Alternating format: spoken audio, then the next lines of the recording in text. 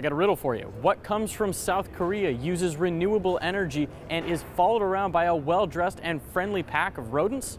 If you guessed the Kia Soul EV, then you're absolutely right. Coincidentally, I'm standing right beside one because it also debuted here at the Chicago Auto Show.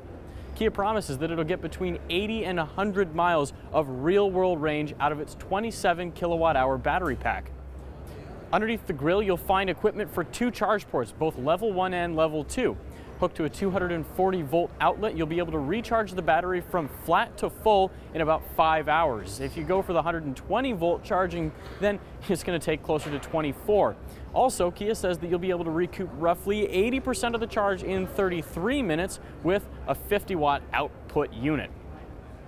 As you can see, the car comes with a series of special cosmetic changes, including a larger grille, EV badges, and special wheels.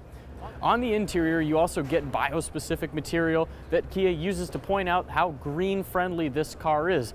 Now, the battery pack I mentioned earlier is flat and located underneath the floor to minimize intrusion into the cabin. You still give up about 5 cubic feet of space in the trunk and about 3 inches of rear seat legroom.